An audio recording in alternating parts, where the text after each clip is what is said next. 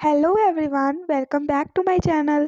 Today we are going to start a very new chapter which is second chapter of our Flamingo book. Can anybody guess which chapter is that? Comment down. Yes, you were right. Lost Spring.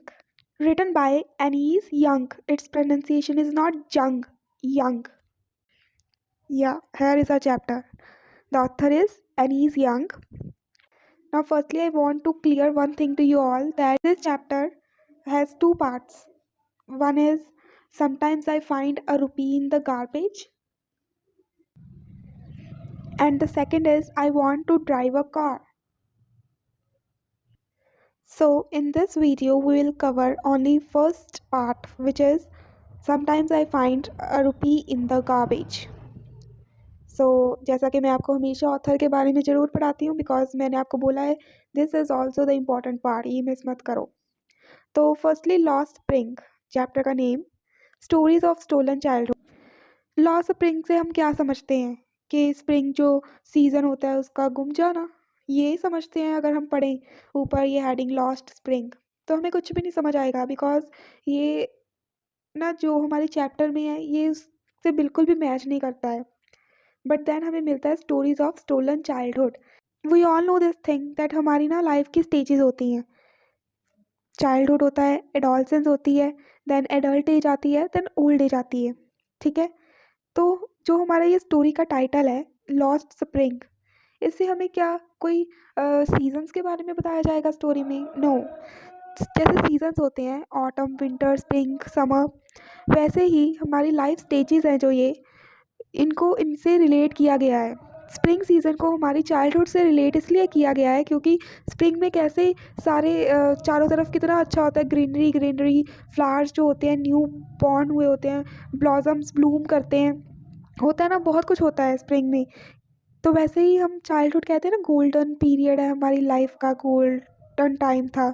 तो इसको इससे relate किया गया है कि गुमा हुआ spring means गुमा हुआ चाइल्डहुड, गुमा हुआ बचपना.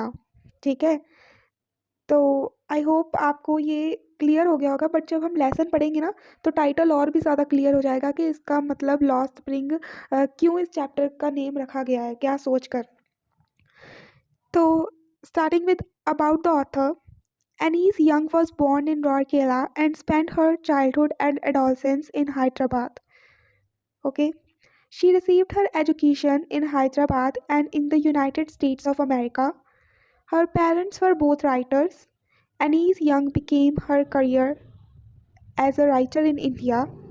She has been an editor and columnist for major newspapers in India and abroad and has authored several books.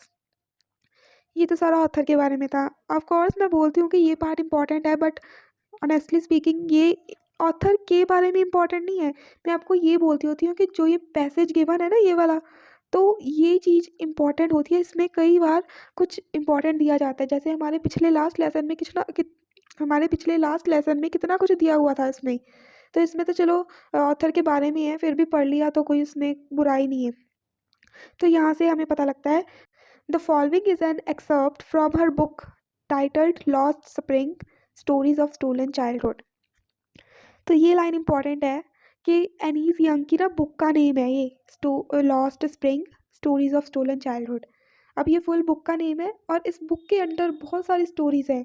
तो इसमें से एक्सर्प्ट मीन्स एक्सट्रैक्ट लिए गए हैं, 2 स्टोरीज ली गई हैं. पता नहीं इस बुक में कितनी स्टोरीज होंगी, वी डोंट नो. ठीक है, अगर किसी ने ये बुक पढ़ी है तो of course please comment, we would like to know about that कि कितनी टोटल उसमें स्टोरीज़ हैं. तो उसमें से ना 2 स्टोरीज़ ली गई हैं हमारी बुक में, जो इनके नेम मैं बता चुकी हूँ. तो उसका फर्स्ट हमने पढ़ना है आज. Here she analyzing the grinding poverty and traditions which condemn these children to the life of exploitation. ये लाइन ना बहुत ज़्यादा इम्पॉर्टेंट है. ये पूरी ना जो ये पूरा चैप्टर है, ये लाइन इसका थीम है कि क्या शो कर रहे हैं इस चैप्टर में, उसका जस्ट क्या है चैप्टर का. तो ये है कि इसमें जो एनीस यंग है उसने क्या एनालाइज किया है, grinding poverty and traditions which condemn these children to the life of exploitation. हमें यहाँ पे दीज चिल्ड्रन नहीं पता, बट फिर भी थोड़ा मैं इलैबोरेट करने के लिए बता देती हूँ कि दीज चिल्ड्रन, ये उन चिल्ड्रन की बात कर रहे हैं जो पॉवर्टी में रहते हैं, जो बहुत गरीब होते हैं। हमने देखे ना हमारे घर के आसपास कितने सारे रैग पिकर्स होते हैं चिल्ड्रन, तो उनकी बात की जा रही है।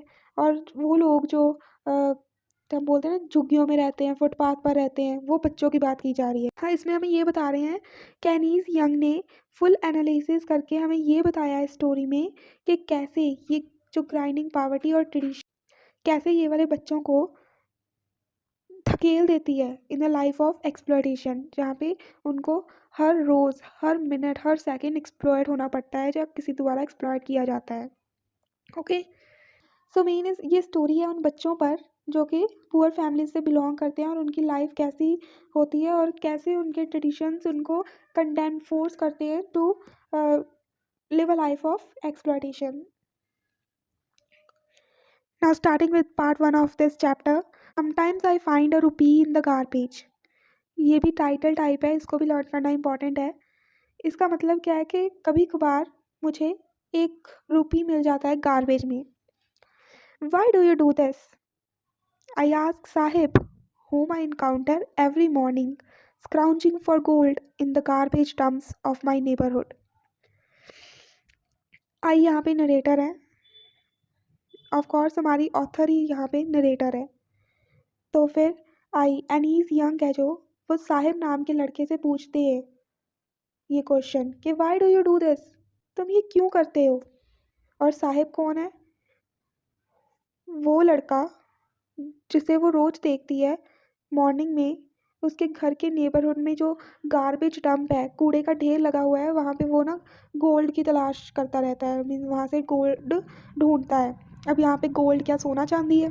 No, gold means a penny is also a gold for poor. 1 रुपया ही क्यों ना हो, वो भी एक पुअर के लिए गोल्ड के समान है। गोल्ड मीन्स यहाँ पे कोई ऐसी प्रेशियस चीज़ के लिए यूज़ किया गया है, चाहे उसे कोई सिल्वर कॉइन मिल जाए, चाहे मीन्स गोल्ड यहाँ पे इसलिए यूज़ किया गया है कि कोई भी ऐसी चीज़ जिसे वो बेचकर अपना पेट भर सके। ठीक है, तो यहाँ पे उसने ना साहिब से क्वेश्चन किया कि तुम ये क्यों करते हो, why do you do this. Sahib हमारी स्टोरी का यहाँ पे प्रोटैगनिस्ट है, protagonist is the main character. ठीक है, तो Sahib left his home long ago. अब वो थोड़ा सा हमें साहिब के बारे में बता रही है। कहती साहिब ने अपना घर बहुत पहले छोड़ दिया था। Set amidst the green fields of Dhaka. Dhaka is the capital of Bangladesh. अब उसका घर कहाँ पे था? ग्रीन फील्ड्स ऑफ ढाका के बीच में, वहाँ पे स्थित था उसका घर। His home is not even a distant memory. इसका मीन्स है कि उसका होम उसके दिमाग में मीन्स दूर दूर तक कहीं नहीं है, उसकी डिस्टेंट मेमोरी में भी नहीं है, मीन्स वो भाग के आ गया, वो इतना भुला चुका है अपने घर को। There were many storms that swept away their fields and homes, his mother tells him. कि यहाँ पे बता रहे हैं कि उसकी मदर ने उसको ये बताया था कि उस काफ़ी सारे स्टॉर्म्स ने उनके जो फील्ड्स एंड होम्स हैं उनको बहा ले गया storms. That's why they left looking for gold in big city where he lives now. इसलिए उन्होंने अपना घर छोड़ दिया गोल्ड की तलाश में, मीन्स कोई ऐसी पैसों की तलाश में, जहाँ कोई प्रेशियस चीज़ की तलाश में बिग सिटी में, जहाँ पे वो अब रह रहा है। तो इसका क्या था, हमने स्टार्टिंग से देखा कि जो हमारी ऑथर है एनीज यंग, वो साहिब से जाकर पूछती है कि तुम ये क्यों करते हो। और साहिब कौन है? वो लड़का है जो उसके नेबरहुड में कूड़े में से हर सुबह गोल्ड को ढूंढता है। तो साहिब ने अपना घर बहुत पहले छोड़ दिया था, जो कि ढाका के ग्रीन फील्ड्स के बीचों बीच स्थित था। और जो उसका घर था, उसकी मेमोरी मीन्स वो अपने घर को जो उसका घर था वो उसको बिल्कुल भुला चुका था। दूर दूर तक उसके दिमाग में अपने घर के बारे में कोई मेमोरी नहीं थी। बस उसकी मदर ने ये बोला था कि काफ़ी सारे स्टॉर्म्स ने उनके फील्ड्स एंड होम्स को बहा लिया, तो वो उन्होंने घर छोड़ दिया और वो अभी यहाँ पर है बिग सिटी में लुकिंग फॉर गोल्ड। और रिप्लाई में साहिब क्या बोलता है? I have nothing else to do, he mutters looking away. वो ना दूर देखता हुआ बोलता है कि मेरे पास और कुछ है ही नहीं करने को। अब ऑथर ने उसको पूछा कि तुम ये क्यों करते हो। वो बोला कि मेरे पास कुछ है ही नहीं करने को। और go to school, I say glibly, realizing immediately how hollow the advice must sound. फिर ना जो हमारी ऑथर थी उसने ग्लिबली मीन्स बिना सोचे समझे ये बोल दिया, फिर स्कूल जाओ ना, अगर तुम्हारे पास कुछ नहीं है करने को तो स्कूल जाओ। बट फिर उसको ना एकदम से खुद बोलने के बाद रियलाइज़ हो गया कि उसकी जो एडवाइस थी कितनी हॉलो साउंड कर रही थी, कितनी खोखली एडवाइस थी। क्योंकि उसको भी पता था वो बच्चे जिनके पास अपना खुद का घर नहीं है और वो कूड़े से अपना गुजारा करते हैं, वो कैसे स्कूल जा सकता है। इसलिए बट ग्लिबली उसने बिना सोचे समझे एक इंस्टेंट रिप्लाई, एक क्विक रिप्लाई दिया था उसको। ठीक है, there is no school in my neighbourhood, when they build one I will go. Saheb बोलता है कि मेरे नेबरहुड में कोई स्कूल नहीं है, जब वो एक बना लेंगे वहाँ तो मैं जाऊँगा। If I start a school will you come, I ask half joking. और ऑथर ने उसको पूछा कि अगर मैं एक स्कूल शुरू कर लूँ तो क्या तुम आओगे। वो उसने हाफ जोकिंग में पूछा, थोड़ी सी वो सीरियस थी बट हाफ जोकिंग, समझ सकते हो ना, थोड़ा मजाक के वे में पूछा। तो ना साहब ने बोला yes he says, smiling broadly. एकदम ना स्माइल पास करते हुए उसको बोला yes. A few days later I see him running up to me, is your school ready. और फिर कुछ दिन बीत गए और कुछ दिनों बाद साहिब ऑथर के पास आया और उसने उसको पूछा कि क्या तुम्हारा स्कूल रेडी है। और ऑथर ने रिप्लाई किया, it takes longer to build a school I say. कहती कि मैंने उसको बोला कि काफ़ी समय लगता है एक स्कूल बनाने में। उसने बोल तो दिया but she feel embarrassed eight having made a promise that was not meant. कहती वो ना उसने ये चीज़ बोल तो दी थी कि अगर मैं एक स्कूल बनाऊंगी तो क्या तुम आओगे। और साहिब ने यस बोला, और देखो उसने तो हाफ जोकिंग में बोला था बट साहिब जो हमारा था उसको इतना ज़्यादा था ना कि वो स्कूल जाए, तो वो खुशी से उसने यस भी बोल दिया। और कुछ दिनों बाद उसको पूछने भी आ गया कि क्या तुम्हारा स्कूल रेडी है। तो वहाँ पे ऑथर ने बोला उसको कि काफ़ी टाइम लगता है स्कूल बनने को, और वो फिर उसको एम्बैरस फील हुआ अपने दिए गए प्रॉमिस पर, जो कि कभी पूरा नहीं हो सकता, जिसका कोई मतलब नहीं है। But promises like mine abound in every corner of this bleak world. Abound means excess. वो कहती है मेरे जैसे promises पता नहीं कितने ही every corner of this bleak world में present exist करते हैं. After a month of knowing him, I asked him his name. अब ऑथर क्या बोल रही है कि मैंने काफ़ी महीने उसको जानने के बाद मैंने उसको ना उसका नेम पूछा, तो उसने बोला साहिब आलम, ही announces. He does not know what it means. If he knew its meaning, Lord of Universe, he would have a hard time believing it. कहती जब मैंने उसको नेम पूछा तो उसने नेम बताया साहिब आलम, पर उसको उसका मतलब नहीं पता, जो इसका मतलब होता है लॉर्ड ऑफ द यूनिवर्स, पूरे ब्रह्मांड का राजा। बट कहती उसको इसका मीनिंग नहीं पता। कहती अगर उसको पता चले ना इसका मीनिंग तो उसके लिए हार्ड हो जाएगा ये बिलीव करना। क्यों? क्योंकि लॉर्ड ऑफ द यूनिवर्स उसका नेम है, उसका नेम का मतलब है। बट उसको खुद को कैसे काम करने पड़ रहे हैं, गार्बेज में चीज़ें ढूंढनी पड़ रही है, वो होमलेस है। ठीक है, unaware of what his name represents, he roams in the street with his friends, an army of barefoot boys who appear like the morning birds and disappear at noon. कहते कि अपने नेम का मतलब जाने बिना वो अपने फ्रेंड्स के साथ गलियों में घूमता है, और उसके फ्रेंड्स क्या है, an army of barefoot boys, नंगे पैरों वाले बॉयज़ की आर्मी है जिन्होंने पैरों में कुछ भी नहीं डाला हुआ, और जो मॉर्निंग में दिखते हैं और नून में डिसअपियर हो जाते हैं like the birds. Over the months I have come to recognise each of them. कहती कुछ महीनों में मुझे सबके बारे में पता चल गया कि मैं सबको रिकोगनाइज करने लग गई, कि मुझे पहचान होगी कि कौन कौन है। Why aren't you wearing chappals, I ask one. कहती मैंने एक को पूछा कि तुम चप्पल्स क्यों नहीं डालते, chappal slippers. My mother did not bring them down from the shelf, he answered simply. तो उसने आंसर क्या दिया कि मेरी मदर है जो वो शेल्फ से नीचे नहीं उतारती chappals. Even if she did he will throw them off, adds another who is wearing shoes that do not match. और ना एक दूसरा लड़का फिर बोला, कहता अगर वो उतार भी देना इसकी मदर तो भी ये ना उतार के फेंक देगा चप्पलें, जिसने खुद ने शूज़ डाले हुए थे जो मैच नहीं कर रहे थे, मीन्स एक पैर किसी और शूज़ का और दूसरा पैर किसी और शूज़ का। When I comment on it he shuffles his feet and says nothing. जब हमारी ऑथर ने उसके शूज़ पर कमेंट किया कि तुमने भी मैचिंग शूज़ नहीं डाले, तो उसने ना बस अपने फीट्स को शफल किया और कुछ नहीं बोला। I want shoes, says a third boy who has never owned a pair all his life. कहते हैं एक बॉय, थर्ड बॉय बोला, कहता मुझे शूज़ चाहिए, मैं शूज़ लेना चाहता हूँ, जिसने कभी एक भी पेयर अपनी पूरी ज़िंदगी में शूज़ का ऑन नहीं किया। मीन्स जिसको पूरी ज़िंदगी एक पेयर ऑफ शूज़ भी नहीं मिला। उसने बोला मुझे शूज़ चाहिए। Travelling across the country I have seen children walking barefoot in cities on village roads. कहती है एक बार मुझे एक्सप्लेनेशन मिली एक के ये पैसों की कमी के कारण ही हम नंगे पैर घूमते, बट हमारे ये ट्रेडिशन ही है। I wonder if this is only an excuse to explain away a perpetual state of party। कहती ऑथर बोल रही है कि मैं ना हैरान होगी कि क्या यही एक एक्सक्यूज़ है ये एक्सप्लेन करने का, उनकी perpetual state means continuous state of poverty. कहती कि उनको यही एक्सप्लेनेशन मिली थी ये वो अपनी पॉवर्टी की स्टेट को छुपाने के लिए, एक्सप्लेन करने के लिए। क्या कि हमारे पास मनी नहीं है तो हमारे पास ये कुछ नहीं है, ये तो हमारे ट्रेडिशन है जी।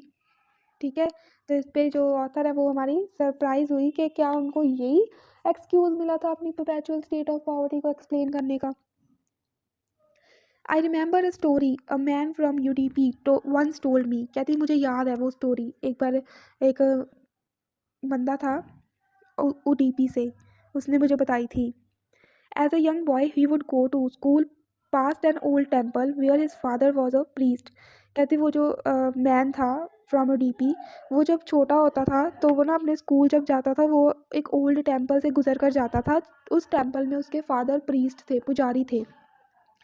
ही would stop briefly at the temple and pray for a pair of shoes. वो हमेशा ना कुछ समय के लिए जाता जाता ना टेम्पल पर रुक कर जाता था और वहाँ पर क्या प्रे करता था, for a pair of shoes, कि उसको एक पेयर ऑफ शूज़ मिल जाए। 30 years later, I visited his town and the temple, which was now drowned in an air of desolation। कहती 30 साल बाद जब मैं उस टाउन को विजिट की और उस टेम्पल को, जो कि अब ड्रॉन हो गया है, डूब गया है डिसोलेशन की एयर में, मीन्स अकेलेपन में, खंडर टाइप हो गया है, डिसोलेशन की एयर में डूब चुका है, अकेला पड़ चुका है वो town and temple. In the backyard where lived the new priest, और बैकयार्ड में वहाँ कौन रहता था, new priest. There were red and white plastic chairs, और वहाँ पर red and white plastic chairs पड़ी थी बैकयार्ड में। Young boy dressed in a grey uniform, wearing socks and shoes, arrived panting and threw his school bag on a folding bed। कहते मैंने देखा वहाँ पे एक यंग बॉय था जिसने ग्रे यूनिफॉर्म डाली थी और शूज़ एंड सॉक्स भी डाले हुए थे। वो हाँफता हाँफता आया और उसने अपना स्कूल बैग फेंका फोल्डिंग बेड पर। Looking at the boy I remembered the prayer another boy had made to the goddess when he had finally got a pair of shoes.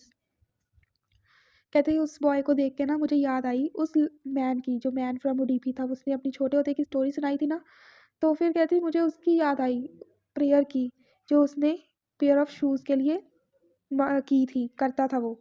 ठीक है, let me never loose them, कि जब उसे pair of shoes मिल गए थे ना तो उसने ये प्रेयर की थी कि कभी मुझे इन शूज़ को खोने मत देना। तो यहाँ पे ऑथर ये क्यों बता रही है, क्योंकि उस बॉय को देख के जो यहाँ एट प्रेजेंट है जिसने शूज़ एंड सॉक्स डाली है, उसको देख के उसको उसकी की गई प्रेयर याद आ गई, let me never loose them, कि कभी भी मुझे ये शूज़ मत खोने देना। अब तक मीन्स अब तक जो वहाँ पे जनरेशन्स आ रही हैं, प्रीस्ट के बच्चे आ रहे हैं, वो सभी शूज़ एंड सॉक्स डाल पा रहे हैं उस बच्चे की प्रेयर के कारण। The goddess has granted his prayer, means goddess ने उसकी प्रेयर को ग्रांट किया, पूरा किया। Young boys like the son of priest now वो शूज़, वही न्यू जो जनरेशन्स आ रही हैं वो अब शूज़ पहनती है, but many others like the rack pickers in my neighbourhood remain shoeless. कहती बट काफ़ी सारे हैं जैसे कि मेरे नेबरहुड में रैक पिकर्स है, वो अभी भी शूलेस है। माई acquaintance with the barefoot rag pickers lead me to Simapuri, a place on the periphery of Delhi, yet miles away from it metamorphically। कहती मेरे एक्विटेंस मीन्स मेरे नोन का कोई होगा, वो ना मुझे एक बेयरफुट रैग पिकर के साथ सीमापुरी ले गया। एक नंगे पैर वाले रैग पिकर के साथ वो मेरा अक्वांटेंस मुझे सीमापुरी तक उसने लीड किया। सीमापुरी कहाँ पे है? Periphery of the Delhi, Delhi की पेरिफेरी, पेरिफेरी मीन्स आउटस्कर्ट्स में, ठीक है, बैंक ऑफ रिवर बोलते हैं ना वैसे ही। Periphery of Delhi yet miles away from it metamorphically. अब इसका मतलब क्या है मेटामॉर्फिकली? हमें पता है जो दिल्ली है वो एक मेट्रोपॉलिटन सिटी है, अ बिग सिटी है, बट कहते हैं चाहे वो सीमापुरी उसके पेरिफेरी में है, आउटस्कर्ट्स ऑफ दिल्ली में है, बट उससे कहीं ज़्यादा गुना दूर है। मेटामॉर्फिकली मतलब उनकी कंडीशंस में फ़र्क बता रहे हैं यहाँ पे कि दिल्ली जो इतनी वेल बिल्ट है, अच्छा रोड नेटवर्क है, अच्छी हाउसिंग्स है वहाँ पे, ठीक है, बट सीमापुरी में उससे बिल्कुल कॉन्ट्रास्ट में है सब कुछ। इसलिए बोला है कि दिल्ली चाहे उसके क्लोज है, उसके आउटस्कर्ट्स में दिल्ली के, बट येट माइल अवे है मेटामॉर्फिकली, सिचुएशन के हिसाब से, लाइफस्टाइल के हिसाब से वो दिल्ली से कोसों मील दूर है, ठीक है। Those who live here are squatters who came from Bangladesh back in 1971। कहते जो सीमापुरी में रह रहे हैं वो स्क्वैटर्स हैं। स्क्वैटर्स मीन्स माइग्रेंट्स बोलते हैं ना, वैसे ही, जो कि बांग्लादेश से आए थे बैक इन 1971। 1971 में ना बांग्लादेश देश को इंडिपेंडेंस मिली थी, ठीक है, तो तब वहाँ से वो आए थे। साहिब्स फैमिलीज अमंग दैम, और साहिब की फैमिली भी उन स्क्वैटर्स में से एक थी। Seemapuri was then a wilderness. कहते पहले तो सीमापुरी ना वाइल्डरनेस होता था, मीन्स झाड़ियाँ वगैरह, फॉरेस्ट टाइप होता था। इट स्टिल इज़, कहते अब भी है, but is no longer empty. पहले क्या था? सीमापुरी वाइल्डरनेस था, फॉरेस्ट टाइप था, जंगल टाइप था। कहते पर अब भी है, कहती पर अब नो लॉन्गर एम्प्टी, अब खाली नहीं है, अब भरा हुआ है। अब देखो यहाँ से कैसे उसने उनकी कंडीशन के बारे में बता दिया कि उसने बोला पहले जंगल की तरह था, फिर हम बोल सकते ना कि नहीं अब तो बड़ा अच्छा है, बट कहती अभी भी जंगल की तरह ही है, बट खाली नहीं है। कब से? 1971 से, जब स्क्वेटर्स आ गए थे बांग्लादेश से। In structures of mud with roofs of tin and tarpaulin, devoid of sewage, drainage or running water, live 10,000 rag pickers। Structures यहाँ पे यूज़ किया है होम के लिए। ऑफ कोर्स उनके होम इतने वेल बिल्ट नहीं थे, और जो उनके जहाँ पे वो रहते थे वो किससे बना था? मड से। और रूफ्स किस चीज़ की थी? टिन एंड टारपोलिन की। टारपोलिन तरपाल बोलते हैं ना वो। डिवॉइड ऑफ सीवेज, कोई सीवेज का, ड्रेनेज का सिस्टम नहीं था अच्छा सा, और रनिंग वाटर, पानी भी नहीं आता था, मीन्स कोई सिस्टम नहीं था। और वहाँ पे कितने रैग पिकर्स रहते थे? 10,000। माई God. They have lived here for more than 30 years without an identity, without permits, but with ration cards that get their names on voters lists and enable them to buy grain। कहते वो वहाँ पे रह रहे थे 30 साल से बिना किसी आइडेंटिटी के, उनकी कोई पहचान नहीं थी। विदाउट एनी परमिट्स, के उनको कोई परमिशन भी नहीं मिली हुई थी कि वहाँ रहने की, बस उनके पास था तो एक राशन कार्ड, जिनके कारण उनका नेम था वो वोटर लिस्ट में आता था, और वो ग्रेन्स बाय कर पाते थे। तो वही बोल रहे हैं कि उनकी कोई आइडेंटिटी नहीं थी। वो 30 साल से without an identity, without any permits वो वहाँ पे रहते थे, बट था उनके पास तो एक राशन कार्ड, जिसके कारण उनका नेम वोटर लिस्ट पे आता था, और वो ग्रेन्स बाय कर पाते थे। Food is more important for survival than an identity. कहती फूड ज़्यादा इंपॉर्टेंट है, ऑफकोर्स फूड के बिना पर्सन नहीं रह सकता, आइडेंटिटी के बिना तो रह भी लेगा।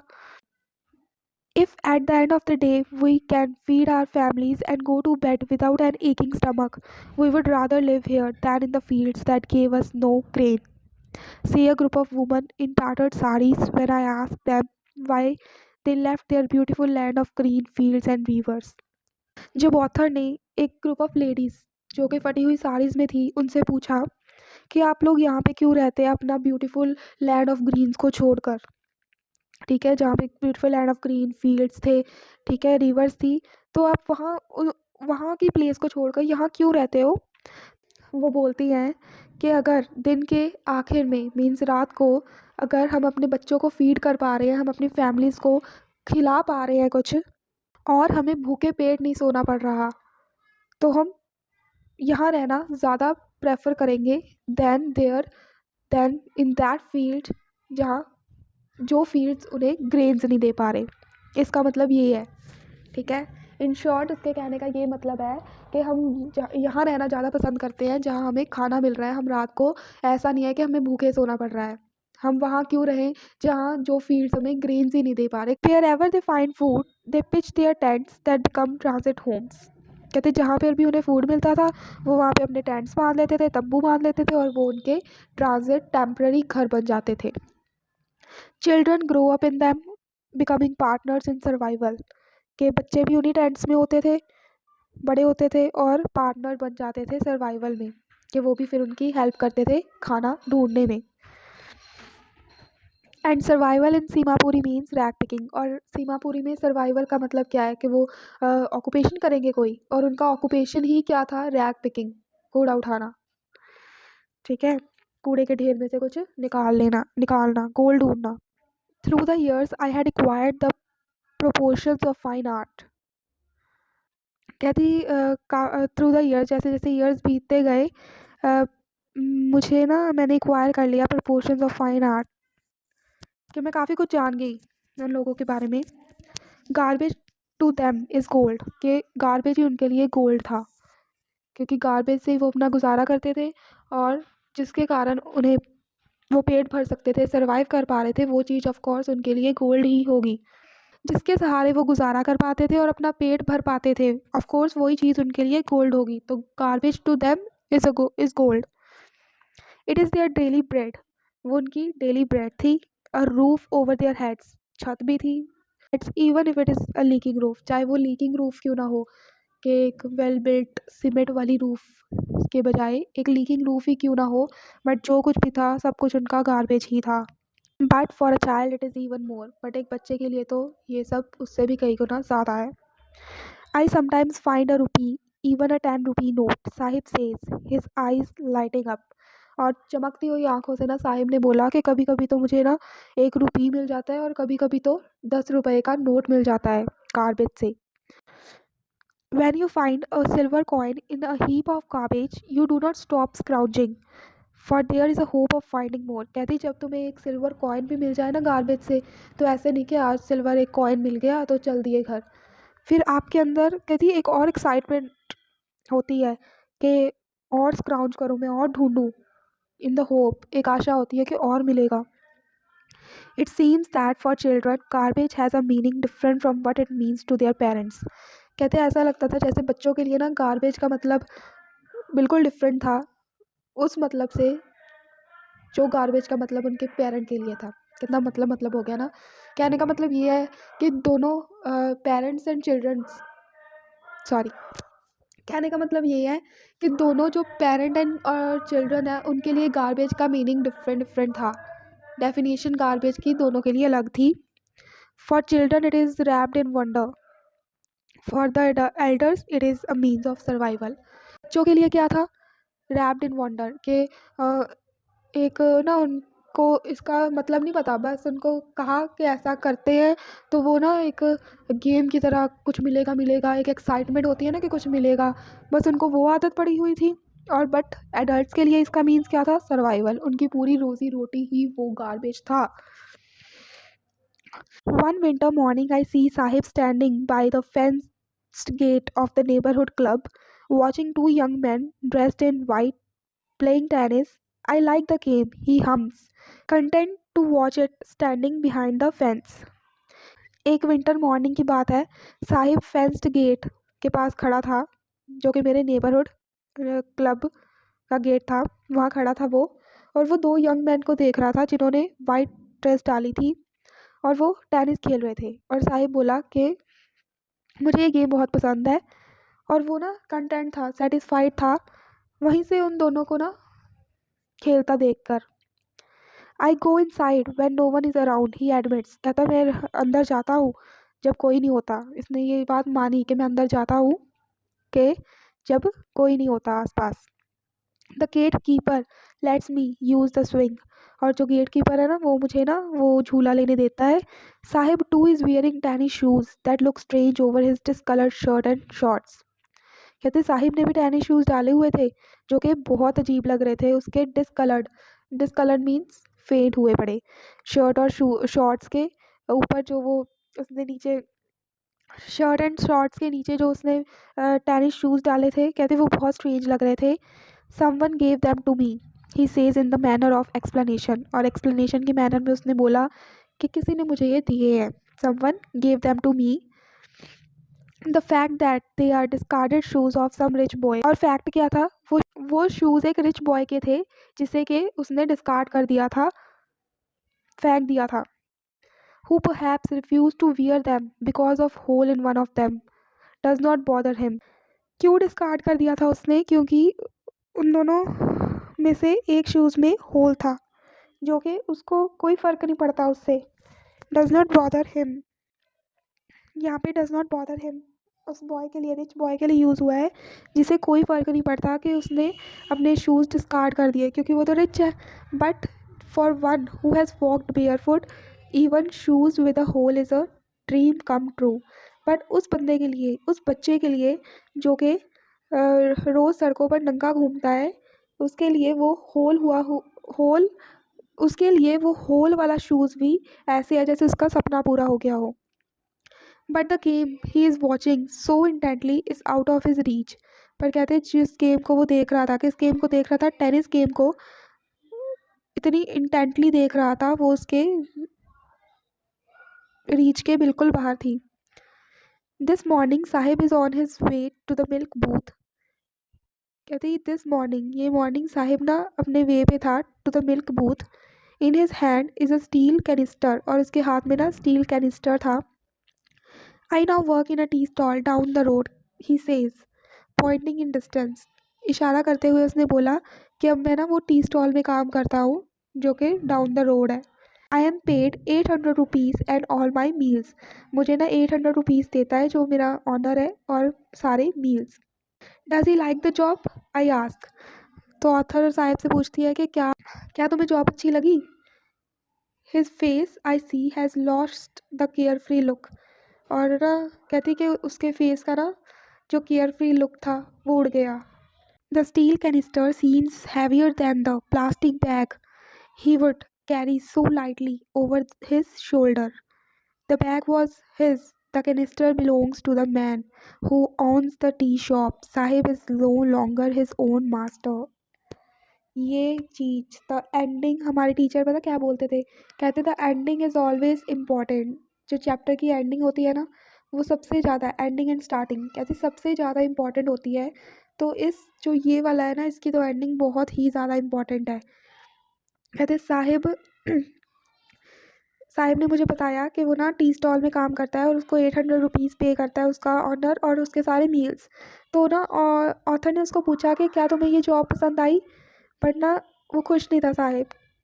उसके ना फेस का केयर फ्री लुक था ना वो उड़ गया था। जो स्टील कैनिस्टर, जो उसने मिल्क वाला वो स्टील का कंटेनर कैरी किया हुआ था, वो उसको ज़्यादा भारी लग रहा था प्लास्टिक बैग से, जो वो रैक पिकिंग के वक्त कैरी करता है इतनी लाइटली ओवर हिज शोल्डर्स। पता है इसमें क्या बात है, जो स्टील कैनिस्टर होता है ना, वो ना प्लास्टिक बैग से वो वाले लाइट होता है। बट कहती कि क्योंकि वहाँ पे स्टील कैनिस्टर किसका था, उस पर्सन का जो टी स्टॉल का ऑनर है, बट जो बैग था वो साहिब का था। इसलिए साहिब था वो अब no longer his own master, वो खुद मास्टर नहीं रहा, वो अब किसी के अंडर काम करता है। तो अंडर काम करने के कारण जो स्टील कैनिस्टर था उसको भारी लग रहा था उस बैग से जो उसका खुद का था, और वो कितनी भारी होते हुए भी वो इतनी लाइटली उनको अपने शोल्डर्स पर कैरी करता था। इसलिए उसके जो फेस का केयर फ्री लुक था वो उड़ गया था, क्योंकि अब उसको जो स्टील कैनिस्टर है उसको ध्यान से उठाना पड़ेगा क्योंकि वो उसका ऑनर का है। बट जो बैग था वो चाहे फ्रीली, उसको केयर फ्री था कि उसको पता था मेरा बैग है, चाहे गिर भी गया ना तो इसका फ़ाइन मुझे किसी को नहीं भरना पड़ेगा। तो this was all about this chapter. I hope you all understand this. I tried my best कि आप सबको ये चैप्टर पूरी अच्छी तरह से समझ आ जाए। तो इस चैप्टर के आगे और भी वीडियोस आएंगी, शॉर्ट समरी टाइप स्टोरी भी आएगी। ठीक है, अब सेकंड पार्ट है जो वो सेकंड वीडियो में आएगा। ठीक है, अगर आपको ये चैप्टर समझ में आया तो प्लीज़ अपने फ्रेंड्स के साथ भी शेयर कर दो कि उनको भी हेल्प मिल जाए। बहुत अच्छी तरह से मैंने डिटेल्ड एक्सप्लेनेशन दी है। जल्दी जल्दी से ना आप इस चैप्टर का नेम, इसके ऑथर का नेम और जो ये हमने पार्ट पढ़ा है साहिब वाला, इस पार्ट का नेम कमेंट सेक्शन में कमेंट कर दो। एंड जिसका बिल्कुल एक्यूरेट होगा विदाउट चीटिंग उसको मैं हार दूंगी। सो वेट फॉर पार्ट 2। अच्छी तरह से पढ़ते रहो और इंग्लिश में एक्सपर्ट बनाकर छोड़ूंगी। लिटरेचर की तो आपको बिल्कुल टेंशन नहीं होगी, क्योंकि अपने टाइम पर मैं भी लिटरेचर में तो मास्टर थी। ऐसे ही वीडियोस देखते रहो, प्यार देते रहो और फ्रेंड्स के साथ शेयर करना मत भूलना, क्योंकि जो बच्चा दूसरों की हेल्प करता है तो भगवान उसकी हेल्प करते हैं। ये बात मेरी याद रखना। Till then, bye bye.